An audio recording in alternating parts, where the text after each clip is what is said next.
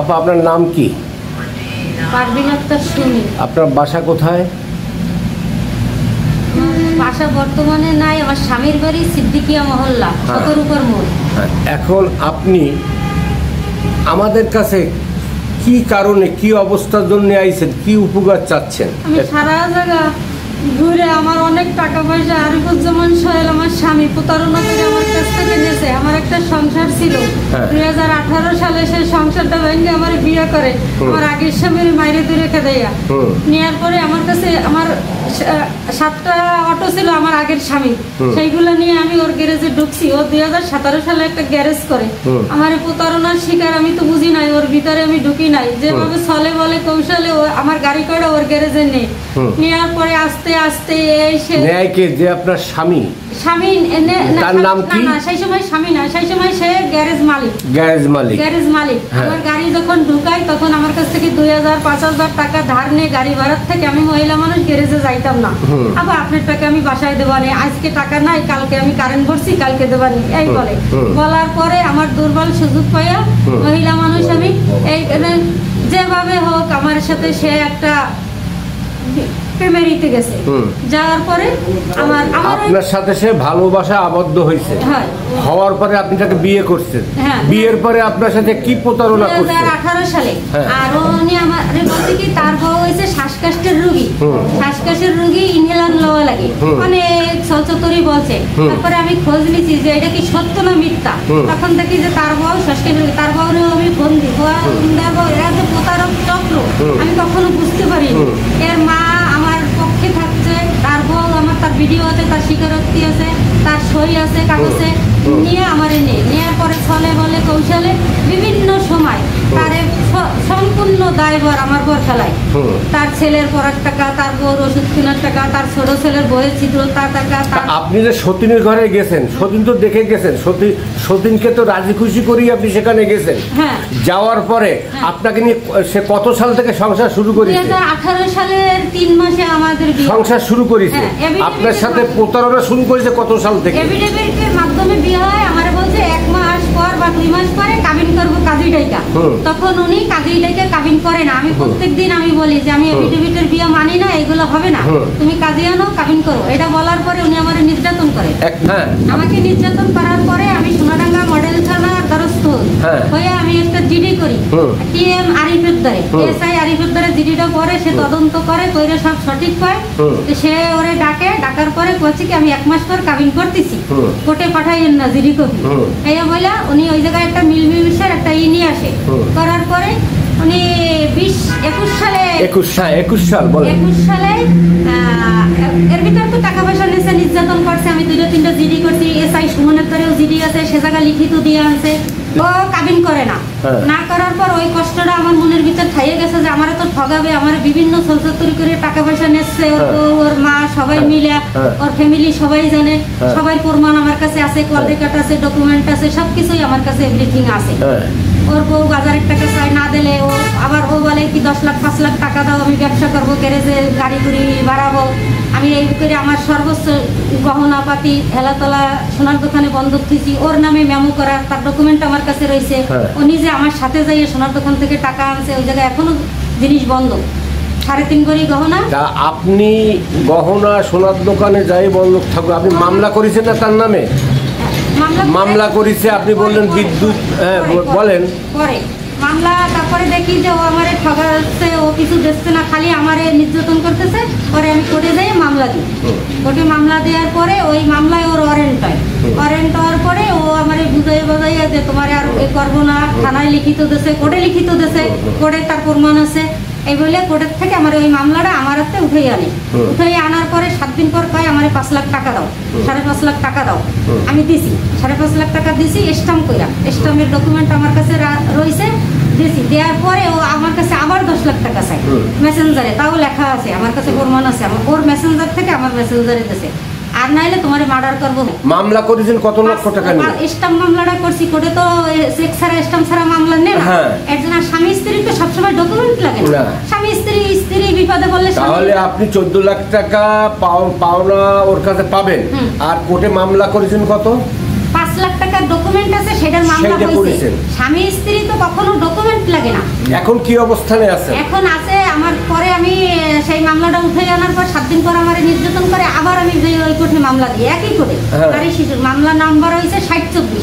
আর আগের ছিল 23 কত জানি, ওটা আমার মনে নাই। ওটা পিবিআই তদন্ত করে আমার পক্ষে রিপোর্ট আসে, সবকিছু রিপোর্ট আমার পক্ষে। পরে আবার ওরে 3-4 বার ওয়ারেন্ট দেয়, আমার ভুলভাল বুঝাইও ওয়ারেন্টি করে। করার পরে লাস্টের বার যখন ওর আবার ওয়ারেন্ট হয়, টাকা দেওয়ার ডেট দেয় না, জজ সাহেব ওরে ওয়ারেন্ট দিয়ে দেয়।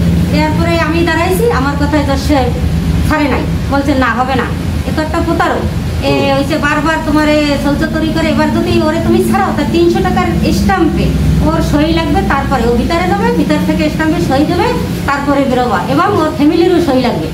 বলার পরে আমি আমার কথায় তো আর দিল না, আমি কি করব? আমি তো নিরুপায়, আমি তো স্বামীরে ভালোবাসি, আমি তো স্বামীরে ছাড়ানোর জন্য। বর্তমানে কি অবস্থানে আছেন?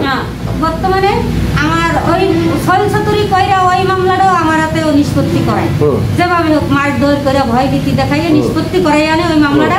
করানোর পরে এখন আমার বলে ডিভোর্স দিয়েছে। 2020 সালের একটা কাগজ সিএমএম কোডে দেশে জমা, আমি কোনো কিছু পাইনি, আমার সাথে তো সংসার করছে, মিলেমিশে ছিল। 2020 সালে আমার প্রশ্ন, 2020 সালে যদি ওর ডিভোর্স আমাকে দিয়ে থাকে, তাহলে 2023 সালে স্টাম্প করে টাকা নেছে স্ত্রীর স্বীকৃতি দিয়া, ডকুমেন্ট আমার কাছে। 24 সালে স্ত্রীর স্বীকৃতি কোটে দিয়েছে, দিয়ে আনছে। 25 সালেও আমার সাথে কথা বলছে। ইদানিং আমাকে এখন ও বলছে কি তোমার সাথে আমার কোনো সম্পর্ক নাই, যা পারো তাই করো। এখন আপনি কি অবস্থানে আছেন? এখন আছি আমি রাস্তায়, শহরে শহরে ভাসতেছি, আমার কোনো নিরুপায়। আমার মার্ডারের হুমকি দিচ্ছে প্রতিনিয়ত মানুষের। আমি সোনাডাঙ্গা থানায়, মডেল থানায় 7-8 দিন আগে একটা জিডি করি। জিডি করার পর ওই জিডি পুলিশ ফাঁড়িতে যায়, পুলিশ ফাঁড়িতে আমি যাই। আমি যাই, যাওয়ার পরে পুলিশ ওনাকে ডাকে। এরপরে কি হয়েছে আপনার? আমার হাত থেকে মোবাইল টেনে নিয়ে গেছে পুলিশের সামনে বসে। পুলিশ কোনো উৎসবস্য বলে নাই। আর তার আগে আরিফুজ্জামান সোহেল আমাকে হুমকি দিয়েছে যে আমার খালু থানার সভাপতি, তুই কি করবি? তোর মতন মহিলা যদি পাড়াই ধরে জবাই দিই, পুলিশ আমার ডাইনে তো লই না, বাম হাতে থাকে, পুলিশ কি করবে? ওই সময় আমি যাই সেনাবাহিনীর কাছে যাই আরেকটা আমি অভিযোগ করি।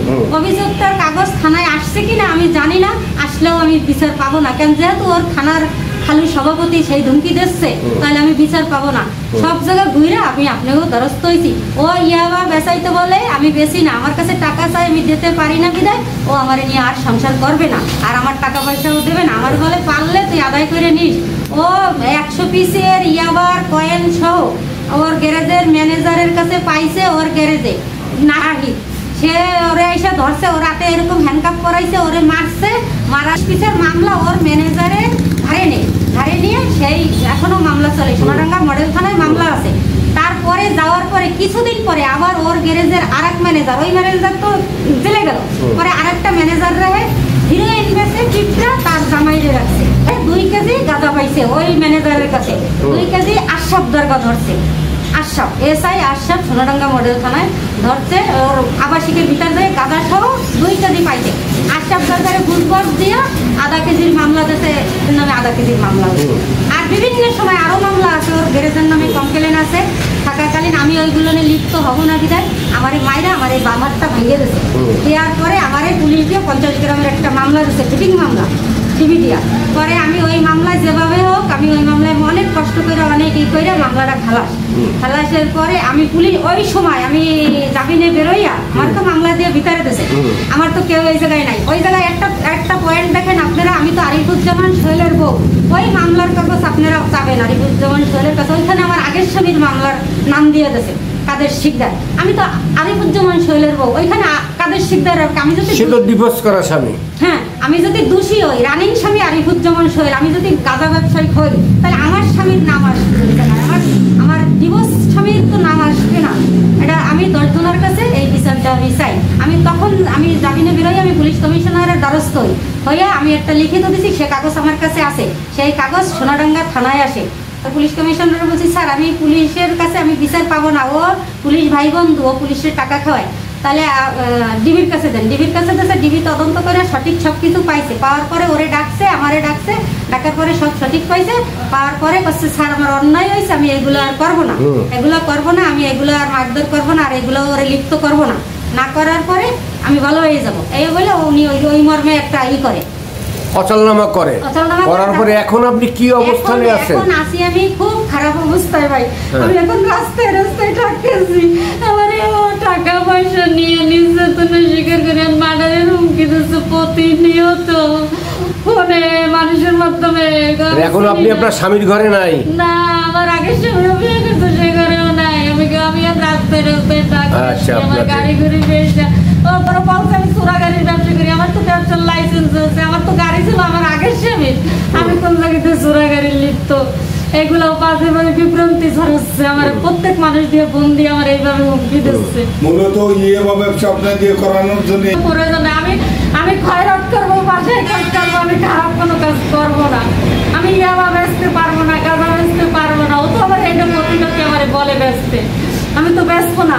আপনারা আমার কথা বিশ্বাস না হলে আপনারা প্রমাণ নেন, সোনাডাঙ্গা থানায়, মডেল থানায় যাই আপনারা দেখেন তারেক নামের এর নামে গাজার মামলা আছে কিনা, ওর ম্যানেজার, আবার ওর ম্যানেজার জসিম, তার নামে ইয়াবার মামলা আছে কিনা। আমি যদি মিথ্যা বলি আপনারা আমার আইনগতভাবে শাস্তি দেবেন।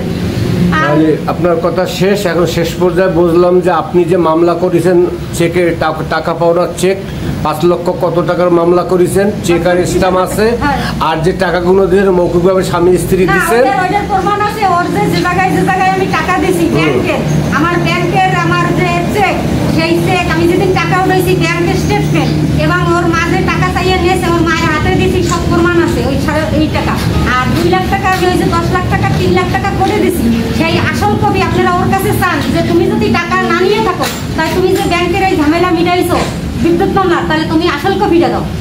তাহলে যাই হোক, ও এখন আপনার কোনো খোঁজ খবর নিচ্ছে না। আরো মানুষ লিলাই দিয়ে আপনাকে দিয়ে আপনার জীবন নাশের হুমকি দিয়ে আসছে, আপনি এখন পালায় বেড়াচ্ছেন। আমার ছোট ছেলেটারে ধরছে পুলিশ দিয়ে, হরিণকানার দেয়, আমি নির্দোষ প্রমাণ হয়ে সে জায়গায় বাইরে এসেছি। মানে এত তো ভাই আর আমার পক্ষে সম্ভব না। আমি তো একটা মহিলা মানুষ।